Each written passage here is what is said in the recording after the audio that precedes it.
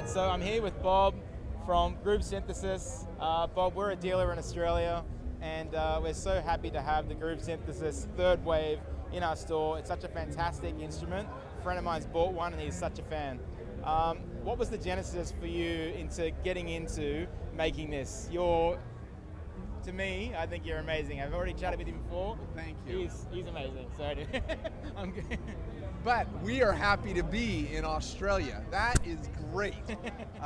So the genesis of the instrument, I love PPG and had one in the early 90s after they'd gone out of business. I also love the Microwave 1, the very first thing that Waldorf made, which was kind of a PPG without any of the controls on it. And I was always waiting for something to come out. Nothing was coming out. So finally I said, I want to do this. I went to Dave Smith, who I was doing the DSP for at the time, and said, it'd be great if we did this. He said, not interested, but you go ahead, Bob. So wow, that's, and I got a couple of folks that I knew, and we started working on it. With Mark So there, yes. Mark and Andrew back at home and some of the other guys. Wow. Yeah. So there were about 6 of us all working on this in various parts or forms over the years. And first and foremost, if you want to come on in here, it is actually a PPG. So you can see any of these patches on here as you're at the store and you're looking at them that say PPG. They're based on either factory PPG patches or on patches that came from a company called Virtual Music over in Austria that does repairs on these. Right. And the PPG has a very odd processing chain due to what was available to Wolfgang Palm at the time. This duplicates that, right down to the imaging that you're going to hear, which is different than aliasing, right down to the fact that it runs at 240 kilohertz. All of the weird stuff that it did is in here. So when you play a PPG patch, just make sure I got this set up the right way. 1 second. So we're good. You're gonna get exactly a PPG patch out of this thing. Yeah. That's a factory patch. This is a factory, or this is not a factory patch, but it's using the same chain. And you can hear all the wavetable movement as you're listening to that thing. And then this one is another factory patch. This is literally a factory patch right out of the original thing. So if that's your thing and you have to have a PPG, you can do it exactly. Yeah. We call this the third wave because there's an extra oscillator. The PPG 2.2, the PPG 2.3, yeah, those had 2 oscillators, and that was why the 2 was there. Right. Third wave, this would have been what I think maybe Mr. Palm would have done if they'd have stayed in business. Yeah. And it's got a 3rd oscillator. So wow. There you go. That's the first bit. So we've got the PPG style patches, and again, I'm going to show you, this is using PPG waveforms, but in a different way to give you a stereo spread, and that was the one I started to play you earlier. Yeah. Now that, I love the Foreman sound in synthesis. Foreman characteristics to me personally are like, I find that so appealing to my ears. I don't know why, but it's just it sounds amazing. It's great, and what you were hearing there, it was a bunch of movement, and it should have sounded very big. Yeah. There are no effects on that thing. So even though you heard that, and you've got effects on board, but they're not active. And I've got 2 effects per part. You've got 4-part Multi Timbral, so you've got 4 parts with this thing. There were no effects on that one, but you can tie yourself in a knot with the effects. You got 2 per part with 4 parts, 8 effects if you want them. And the effects this thing out, didn't you, as well? You basically pushed it. This was what you wanted. You just went for the fences, the kitchen like sink. swinging for the fences. Yes, yeah. So everything that we could throw at it was in here. So you've now heard the normal PPG wavetables. Now I'm going to take you to the user wavetables. Riley, come over here. Riley is my son. And I thought you guys had a similar look to each other. Yeah. Riley, my son, and I did the portion that I'm going to show you now, which will take take audio in up to 20 seconds and make a wavetable out of it automatically. Okay. Riley did the autoencoder part of this, the machine learning part of this, and I'm very proud of my kid, obviously. Yeah. But that's one of the really cool things about this is you've got now, you'll probably recognize this. So that's the art of noise. Yeah. But the point is, that's a Fairlight sound. Okay? Wow. And your users in Australia That's should know a it. Fairlight. Exactly. Yes.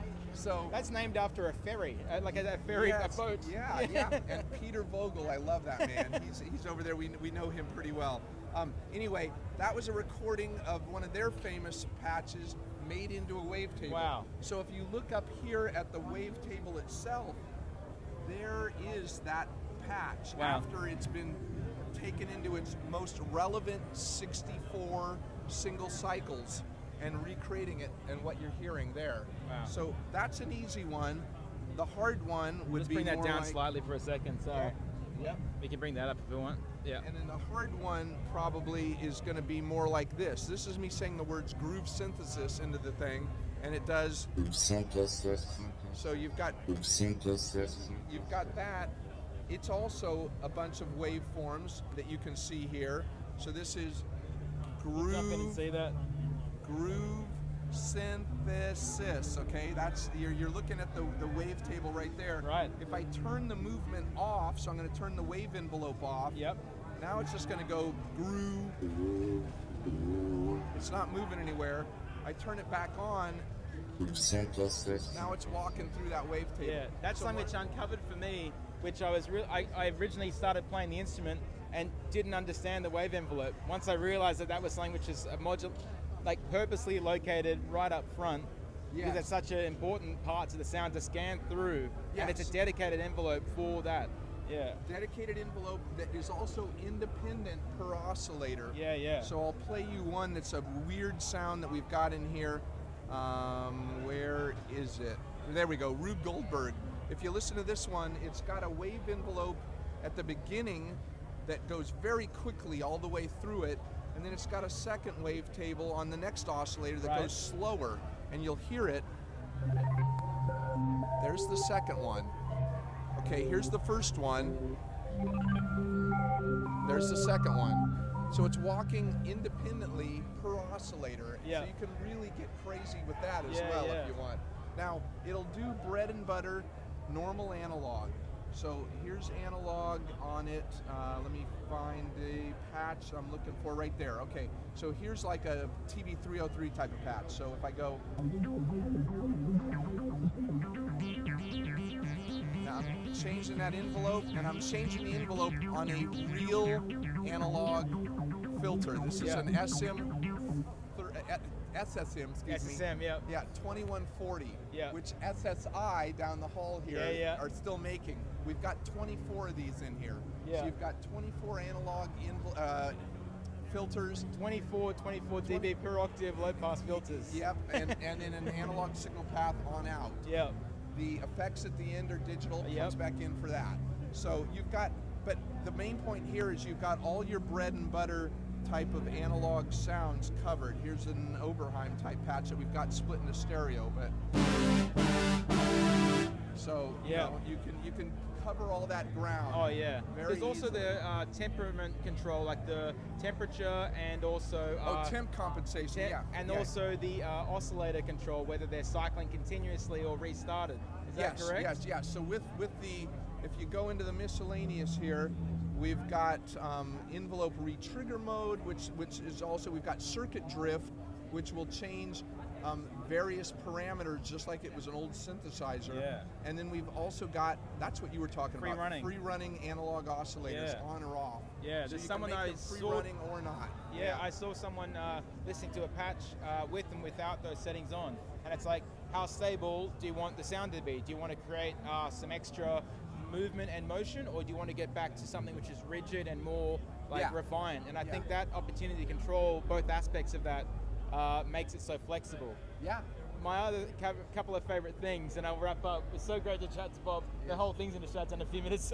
But basically, I love that coming from the world of sequential, which still blows me away, which you're part of all that world, is that the press and hold for modulation, LFO to a destination. Yes, yes. Press and hold, it's like sequential Rev 2.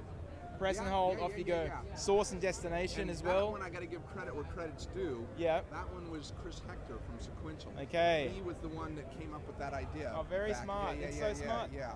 Oh man, I love it. Yeah. So that was a good thing. Okay, now here we're going to show you. I'm going to show you two other things real quick. Because you've got 4-part multi-timbral, you're seeing this patch, which was made by one of our sound designers, Drew Newman. He did a soundtrack called Aeon, or for a show called Aeon Flux. Yeah, it's a movie or something? Yes, yeah. yes. And this is using 4 parts to do it. So you're using everything, we're throwing everything with the kitchen sink at it here. Yeah. And it sounds like this, and it might be a little loud. That, even with all of that going on, you've still got enough to do 6. And the dynamics in that keyboard as well are lovely. Oh yeah. So you've still got enough, even if you use every part, and that's doing various parts of the sound with each part of that patch, you've still got 6 voices. Yeah. Because you've got 24 to start with. Yeah. Now the other end of that, the NAMM show is now closed. The other end of that, which will be the last thing I talk about. Thank you.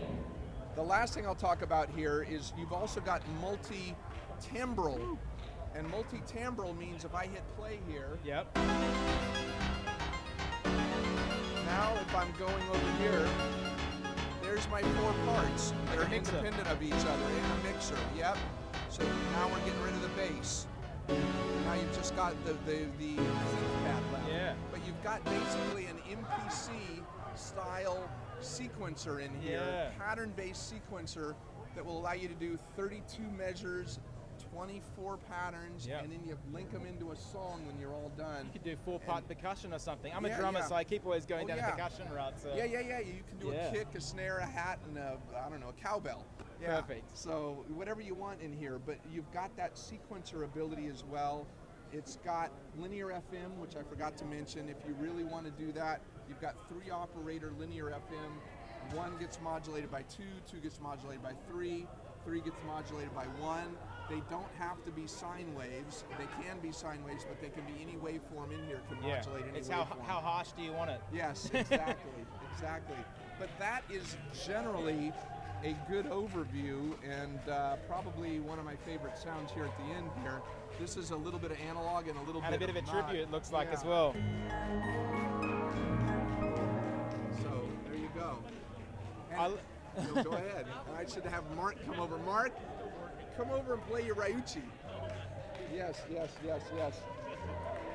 Say hello, Mark. Hey, Mark with Groove Synthesis. How you doing? Mark with Groove Synthesis.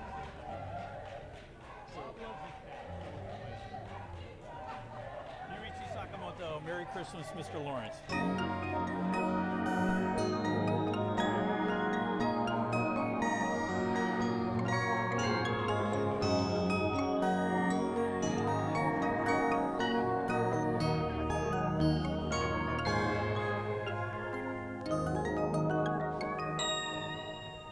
That's how you do it.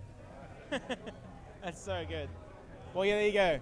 We got Bob, we got Mark, and we got Bob's son, Riley there. He's coming back in. I'm coming, I'm sorry. No worries. So we've got Mark, we've got Riley, and you've got the dumbest guy in town, me. Me? No, me. No. Okay. NAMM 2024 group synthesis, you killed it, guys. Lovely instrument. Thank you, and thank you for carrying it in beautiful Australia. Come in and check it out at the shop. Yes. Cheers. Okay. Bye-bye.